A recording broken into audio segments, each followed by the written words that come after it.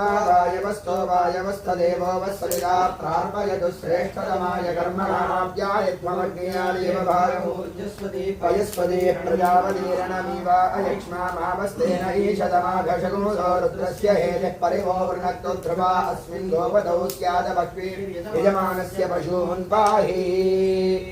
पश्चिमद्वारे सामवेद प्राक् दिशौ प्रतीच्यां दिशौ सामवेदप्रिया सामवेदपारायणोद्धारय ॐ आदर्दरूता समसृजो विघाने वामर्णावान् वद्वधानाङ्गराम्नाः महान्ता प्रपर्वतं वियाद्वः सृजाद्धाराः आवायत्तान वान्हान्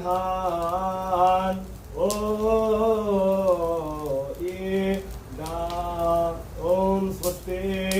ॐ उत्तरद्वारे अथर्ववेदप्रिया अथर्ववेदपारायणोद्धारय ॐ छिन्नो देवीरभिष्टया वो भवन्तु वेदये श्रियोरभिश्रावन्तु नः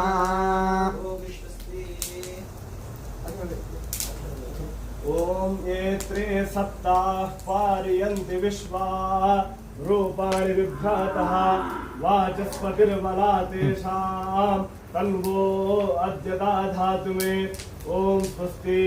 ॐ देवदेवोत्तमायै देवता सार्वभौमायै अखिलाण्डकोटि ब्रह्माण्ड नायिकायै श्री महाकाली महालक्ष्मी महासरस्वती स्वरूपिणी स्तोत्रप्रिया स्तोत्रमोद्धारय ॐ प्रत्यङ्गिरां कामदुगान्निजाङ्घ्रिपद्माश्रितानां परपन्थिवीमां श्यामां शिवां शङ्करदीपदीप्तिं सिंहाकृतिं सिंहमुखीं नमामि मन्त्राणि यन्त्राणि च तन्त्रजालं कृत्या परेषां च महोग्रकृत्ये प्रत्यङ्गिरे ध्वंसय मन्त्रयन्त्रतन्त्रान् स्वीयकामान् प्रकटीकुरुष्व कुटुम्बवृद्धिं धनधान्यवृष्टिं समस्तभोगानमितां श्रियं च